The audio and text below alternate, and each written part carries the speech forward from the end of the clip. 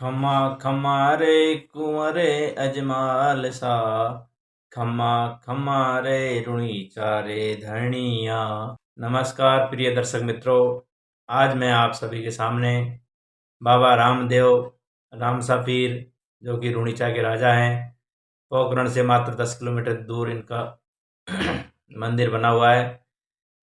तो प्रिय मित्रों, सभी लोग मेरे वीडियो के अंत तक बने रहिए। आप सभी ने बाबा रामदेव रामसा पीर के बारे में अवश्य सुना होगा, जिनको कलयुग में भगवान श्री द्वारकाधीश का अवतार कहा जाता है। अब दोस्तों, आप सभी के सामने मैं शुरू करता हूँ रामसा पीर बाबा रामदेव की जीवन लीला, किस प्रकार इनका प्राकट्य हुआ। तो दोस्तों, एक राजा अजमाल जी थे, उनकी पत्नी मीना दे थी। उनके कोई भी संतान नहीं थी। एक बार सावन का महीना था, अच्छी बारिश हुई थी। अब दोस्तों, किसान लोग अपने खेतों में फसल बुआई के लिए जा रहे थे, लेकिन रास्ते में उनको राजा अजमाल जी मिल जाते हैं। अब सारे किसान अपने बैलों को और हल को लेकर के वापस लौट जाते हैं। राजा पूछता है, क्यों भाई, इतना अच्छा सावन है, इतनी अच्छी बारिश है, आप लोग वापस क्यों जा रहे हैं? अपने खेतों में बुआई कीजिए, अच्छी फसल होएगी। तो दोस्तों, किसानों में से किसी ने बोल दिया कि महाराज, जा तो हम फसल बो नहीं रहे थे, लेकिन आपके यहाँ दर्शन हो गए, तो हो सकता है आपके दर्शन से अच्छी फसल पैदा नहीं होए, क्योंकि आप नरवंशी राजा हैं, आपके कोई संतान नहीं है, आपकी रानी बांझ है। ये सुनकर के दोस्तों, राजा का दिल भर आया और अंदर ही अंदर बहुत दुखी हुए। अपने ठाकुर को याद करता है, हे भगवान, इसमें मेरा तो कोई दोष है नहीं, संतान नहीं है। अब दोस्तों, अजमाल जी ने अपनी पत्नी को बताया कि हमारा इस तरह से यहाँ लोग अपमान करते हैं और हमारे शकल भी देखने का धर्म नहीं है, भगवान ने हमको ऐसा क्यों बनाया है। तो दोस्तों, रानी मीना दे से वो बोल करके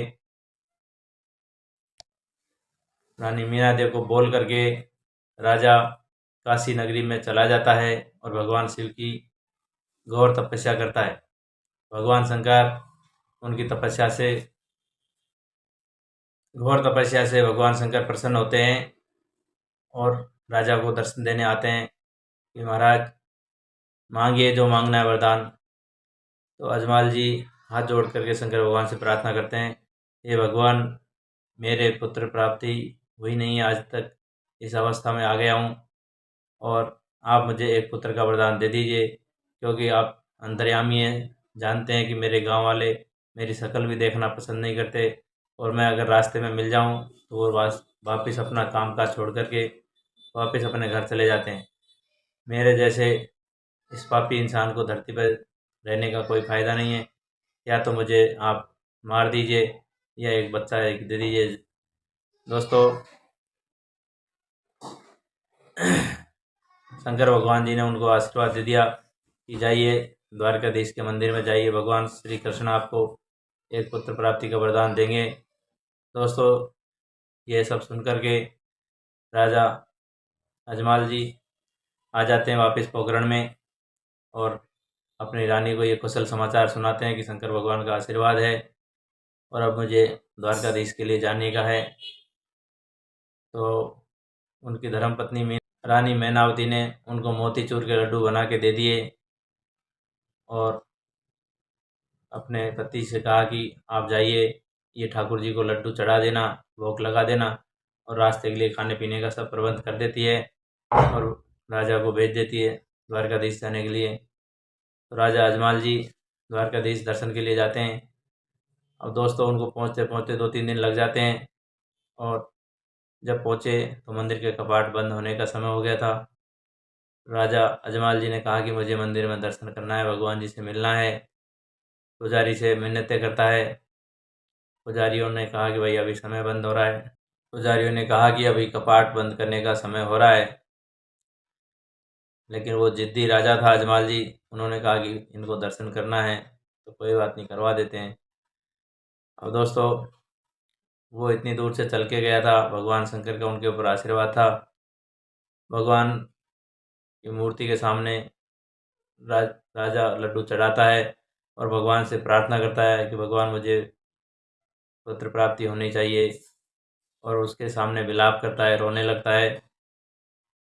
अब दोस्तों, भगवान श्री हरि की मूर्ति कहते हैं कि कुछ मुस्कुरा रही थी, ऐसे उनको लगा। उधर वो रो रहा है और उधर भगवान श्री कृष्ण हंस रहे हैं, ऐसा महसूस हुआ उसको, हालांकि ऐसा कुछ नहीं था। दोस्तों, राजा अजमाल जी ने मोतीचूर का लड्डू उठाया और भगवान जी के दे मारा मूर्ति में, उनके सिर में जाके लगा। ये सब पुजारियों के सामने ही हो रहा था, पुजारी देख रहे थे। पुजारियों ने सोचा कि ये किस तरह का भगत है, ये भगवान की मूर्ति को लड्डू फेंक के मार रहा है। फिर उन्होंने पूछा, क्यों भाई, ऐसा क्यों कर रहे हो? तो वह कहने लगा कि मैं भगवान से बात कर रहा हूँ और भगवान कोई जवाब नहीं दे रहा है। पुजारी समझ गए कि गारंटी से कोई न कोई पागल ही है।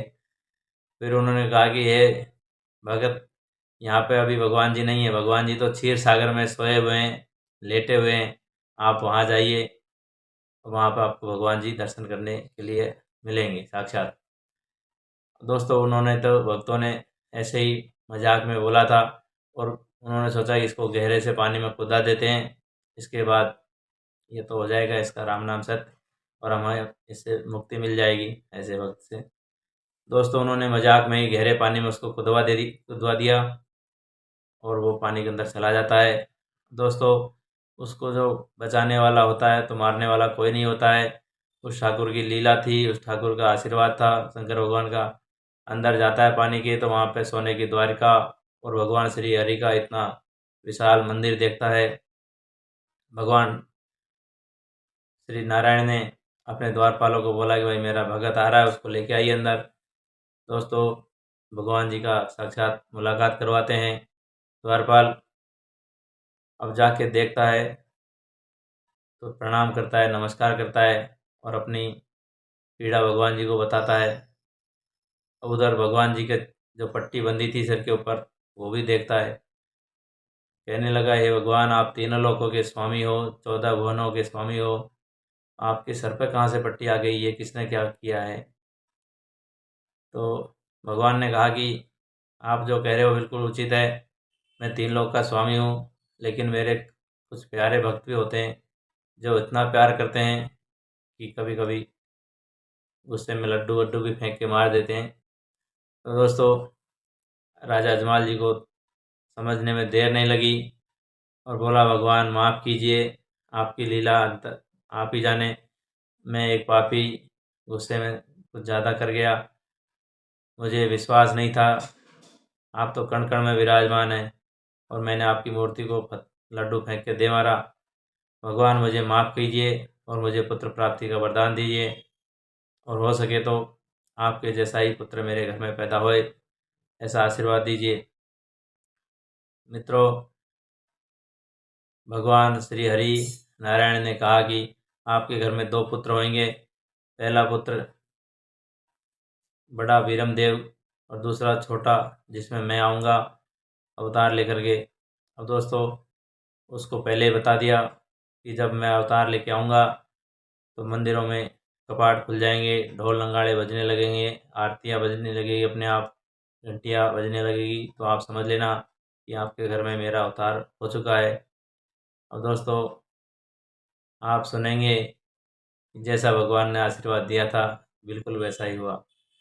आपको अगर आस्था हो तो मेरे चैनल को ज़रूर से ज़रूर लाइक करें, शेयर करें। और दोस्तों, ये हकीकत रहा है, कोई अपने मेरे सुनाने से आपको विश्वास आए, ऐसा नहीं है। जो लीला है उसकी, रामदेव की, वो अपरंपार है। दोस्तों, मैं ये 15-20 मिनट के वीडियो में आपको कुछ नहीं बता पाऊँगा, मैं तो एक छोटा सा परिचय करा रहा हूँ। अब दोस्तों, वापिस द्वारकाधीश से आकर के अपने पोखरण में, जैसलमेर में आ जाता है राजा अजमाल जी, और अपनी रानी मीनावती को ये समाचार बताता है, मैनावती को। अब दोस्तों, 9 महीने बाद भाद्र मास के शुक्ल पक्ष की द्वितीया को उनके घर में एक पुत्र प्राप्ति होती है, उसको वीरमदेव नाम रखा जाता है। उसके बाद 15-20 दिन बाद एक दूसरा पुत्र भी उनके घर में आ जाता है पालने में। अब दोस्तों, भगवान के बारे में कहा जाता है, चाहे वो भगवान कृष्ण हो, चाहे भगवान राम हो, चाहे भगवान रामदेव रामसा पीर हो, दोस्तों ये कभी गर्भ से नहीं पैदा होते हैं। ये हमारी आपकी भूल है, भ्रम है। भगवान साक्षात अवतार ही लेते हैं, चाहे वो बचपन छोटे रूप में आए या दिव्य दर्शन कराए विराट रूप में, लेकिन भगवान सीधे सीधे ही दर्शन देते हैं, सीधे सीधे ही साक्षात प्रकट होते हैं। और उनके एक पुत्र पहले से था ही, वीरमदेव, उसके बाद दूसरा पुत्र पालने में आ जाता है। अब इनके जन्म को लेकर के कुछ लोग बोलते हैं कि ये तवरवंशी हैं, और कुछ लोग बोलते हैं कि ये मेघवाल समाज में जन्म लिया है। अब दोस्तों, उस ज़माने का जो इतिहास है, किंवदंतियाँ है, उनके आधार पे मैं बोलूँगा कि वो तो साक्षात भगवान थे। आप उसको किसी भी समाज का बोले, किसी भी रूप का बोले, उसमें आपको नहीं पढ़ने का। अब दोस्तों, दोनों बालक घर में जन्म लेते हैं, और जो दूसरा बच्चा हुआ था उसके बारे में अजमाल जी ने अपनी रानी मीनावती को भी नहीं बताया था, क्योंकि वो एक भगवान जी ने कहा था कि खुद ही भगवान जन्म लेंगे। तो इस तरह से दोनों बालक धीरे धीरे बड़े होने लगते हैं। बाबा रामदेव पीर का जन्म 1409 विक्रम संवत में भाद्रपद मास में शुक्ल पक्ष की द्वितीया को होता है। अब दोस्तों, ये धीरे धीरे बड़े होने लगते हैं, इनका लालन पालन पोषण चलता रहता है। इन्होंने छोटे में बचपन में ही एक घोड़ा मांगा, घोड़े की जिद किया, तो राजा अजमाल जी ने एक दर्जी को बुला करके एक कपड़ा दिया और घोड़ा बनवा दिया। आप सभी जानते होंगे, रामदेव पीर के मंदिर जहाँ भी मिलेंगे, नीले कलर के घोड़े इनको चढ़ाए जाते हैं। कुछ लोग लकड़ी के घोड़े भी चढ़ाते हैं। दर्जी ने जो कपड़ा दिया था उसमें से आधे कपड़े को रख लिया, और आधे कपड़े का घोड़ा ला करके रामदेव को ला के दे देते हैं। अब दोस्तों, रामदेव उस घोड़े पर बैठते हैं और देखते ही देखते हवा में उड़ जाते हैं। राजा अजमाल जी देख करके उस दर्जी पे गुस्सा होते हैं कि तूने ये कैसा घोड़ा ला के दिया है। फिर दर्जी हाथ जोड़ के बोलता है, महाराज आप मानेंगे नहीं, मैंने तो साधारण सा घोड़ा बना के दिया था, ये तो आपके पुत्र का ही कमाल है। आपके पुत्र तो नहीं, साक्षात भगवान है, नारायण है, इसमें हमारा आपका कोई रोल नहीं है। ये ठाकुर की मर्जी से ही होता है, सब कुछ होता है। अब दोस्तों, रामदेव जी हवा में उड़ जाते हैं, और उनको एक पेड़ के नीचे एक लड़की मिलती है, उसका नाम डाली बाई था। वो उसको अपने घर ले आते हैं, और डाली बाई को कहते हैं कि बाबा रामदेव पीर की मुँह बोली बहन मानते हैं। इनका दोनों बहन भाइयों का जीवन पर्यंत नाता रहा है, और दोनों के ही चमत्कार अलग अलग रहे हैं। बाबा रामदेव पीर की तो सगी बहनें भी थी, लाचाबाई और सगुनाबाई। दोस्तों, रामदेव पीर ने और डालीबाई ने मदर टेरेसा की तरह दीन दुखियों का, गरीबों का, अनाथों का, पीड़ितों का इस तरह से सेवा किया कि इनके अंदर आज भी लोग इनके दर्शन के लिए जाते हैं। न इन्होंने कभी छोटे बड़े में भेदभाव किया, न हिंदू मुस्लिम में भेदभाव किया। लेकिन उस समय आज़ाद भारत नहीं था, इस वजह से इनको कुछ परेशानियों का भी सामना करना पड़ा। लेकिन जो भगवान होते हैं उसको कोई परेशानी नहीं आती है, ये आप अच्छी तरह से जानते होंगे। दोस्तों, उस समय पोखरण में बाबा भैरवनाथ नाम का एक राक्षस था, उसका बहुत आतंक था। 40-40 किलोमीटर तक किसी इंसान की उसको महक लग जाए तो वो खा जाता था मार के। एक केवल रामदेव जी के गुरुजी थे, बालीनाथ, जो अपनी तपस्या के प्रभाव से जिंदा बचे हुए थे। बाकी कोई इंसान उस एरिया में जिंदा नहीं था। एक बार क्या होता है दोस्तों, बाबा रामदेव बचपने में ही बाबा बालीनाथ के आश्रम में पहुंच जाते हैं, और उसने अपना परिचय नहीं दिया, और बोले कि बाबा प्रणाम महाराज, साधु महाराज प्रणाम। अब दोस्तों, बालीनाथ ने बाबा रामदेव से कहा कि आप कौन हो, यहाँ कैसे आए हो। यहाँ तो भैरवनाथ का प्रभाव से कोई आदमी आ ही नहीं सकता है, वो राक्षस है, वो खा जाएगा मार करके। फिर बाबा बालीनाथ ने उनको कहा कि आप यहाँ छुप जाइए। तो दोस्तों एक गदूली में उनको छिपा दिया और बालीनाथ के आश्रम में बाबा जो भैरवनाथ था राक्षस, वो महक सूंघता सूंघता वहाँ आ पहुँचता है और बाबा से आके पूछता है, बाबा बालीनाथ आपने किसी इंसान को यहाँ देखा है, छिपाया है? उसने मना किया बाबा ने, लेकिन वो तो रामदेव की लीला ही थी। उन्होंने गदूली को ऐसे ऐसे करके हिला दिया, तो वो सब देख करके बाबा भैरवनाथ समझ गए कि इसके नीचे इंसान छिपा हुआ है। अब दोस्तों बाबा बालीनाथ के मना करने से वो माना भी नहीं। उन्होंने कहा कि मुझे देखना है इस गदूली के नीचे क्या है। अब दोस्तों कहते हैं कि वो राक्षस उस गदूली को खींचते खींचते खींचते खींचते थक गया, लेकिन वो द्रौपदी की साड़ी की तरह कभी ख़त्म नहीं हुई। ये सब देख करके भैरवनाथ राक्षस वहाँ से भाग निकलता है। इसको देख करके बाबा बालीनाथ को भी समझ में आ गया कि ये कोई साधारण बच्चा नहीं है, साधारण इंसान नहीं है, कि ये साक्षात भगवान का ही रूप है, अवतार है। तो उसने फिर परमिशन दे दिया कि जा भैरव को मार दे। इसके बाद बाबा रामदेव ने भैरव का अंत कर दिया और 40 किलोमीटर में जो उसका आतंक फैला हुआ था वो शांत हुआ और राक्षस का अंत हो गया। वो अपने लोक को गमन किया। बाबा रामदेव की शादी 1426 में अमरकोट एक जगह जो हाल में पाकिस्तान में आती है, वहाँ की रानी नेतल दे से उसका विवाह तय कर दिया। दोस्तों कहते हैं नेतल दे विकलांग थी जन्म से, उसके पैर चलने में सक्षम नहीं थे। जब उनको हवन कुंड में बैठा रखा था, फेरे लिए जा रहे थे, तो आप सभी जानते हैं कि उसको अग्नि की परिक्रमा लगानी पड़ती है। अब दोस्तों नेतल दे से चला तो जाता नहीं था। उसी समय भगवान रामदेव जी ने उनके पैर सही कर दिए और दोनों पैर सही हो गए।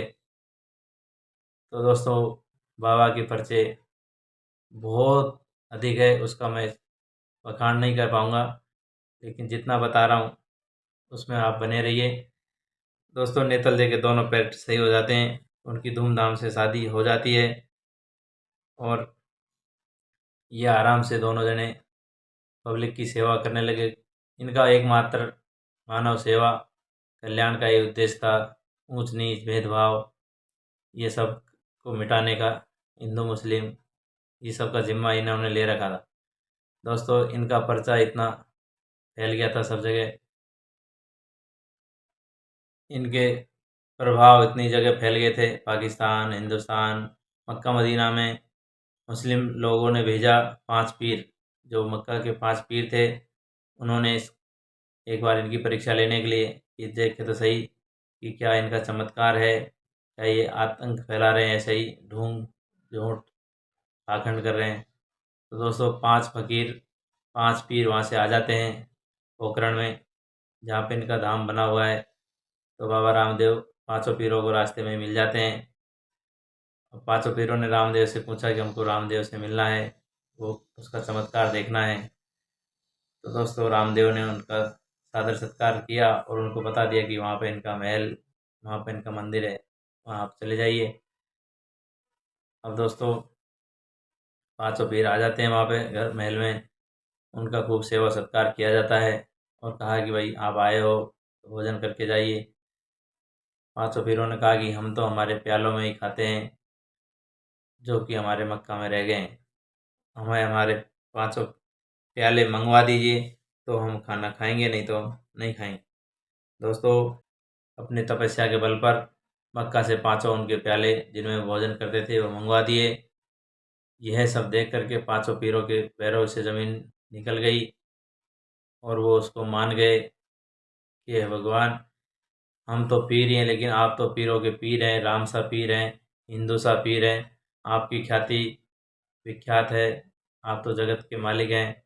हमने खोटा आपके ऊपर भ्रम किया और आपकी परीक्षा लेने चले आए, हमें माफ़ करना हे पीरों के पीर। और आप इसी तरह से जनता की सेवा करें, जनता को पर्चा दिखाए। तो दोस्तों इसके बाद वो पीर चले जाते हैं और बाबा के पर्चे और भी बढ़ते जाते हैं। एक बार क्या होता है, उनकी बहन थी सगुना बाई, जिनका एक बच्चा एक्सपायर हो गया था, मतलब इनका भांजा बाबा रामदेव का। तो रामदेव बाबा ने उनके भांजे को वापस जिंदा कर दिया। इस तरह से इनके पर्चों का अपरंपार है। और कहते हैं कि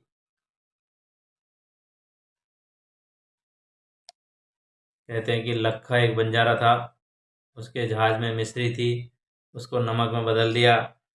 और एक बार एक बढ़िया था जिसका जहाज़ समुद्र में डूबने जा रहा था, उसको सकुशल इन्होंने डूबने से बचाया।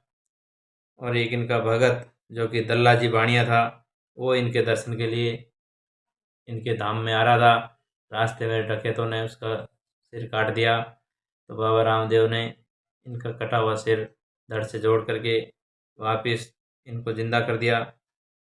तो दोस्तों, आप सभी से आशा है कि आप भी कभी मौका लगे तो रुणीचा धाम जैसलमेर पोखरण में ज़रूर जा कर के दर्शन करें।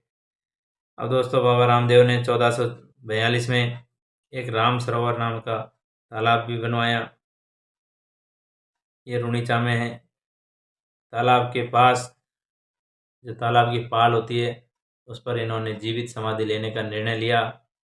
अब दोस्तों, जब ये समाधि लेने के लिए इनका गड्ढा खोदा जा रहा था, जब डोली बाई को पता चला, जो इनकी मुँह बोली बहन थी, तो वो दौड़ करके आई और कहा कि आप ये क्या कर रहे हैं, ये जहाँ पे आप समाधि खोद रहे हैं ये जगह तो मेरी है, या तो मैं समाधि लेंगी।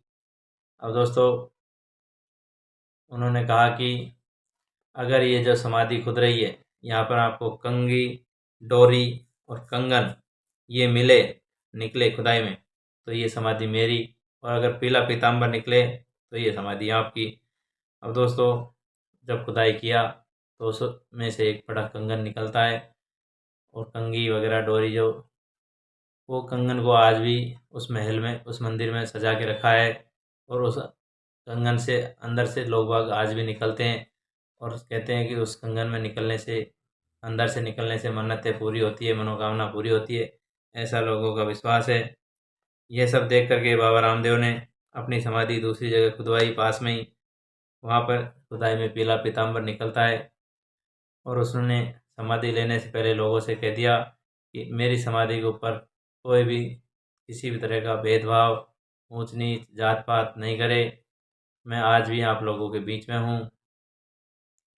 जाते जाते ये सब कह के गए, और विक्रम संवत 1433 में भाद्र शुक्ल पक्ष 10वीं को समाधि ले लेते हैं।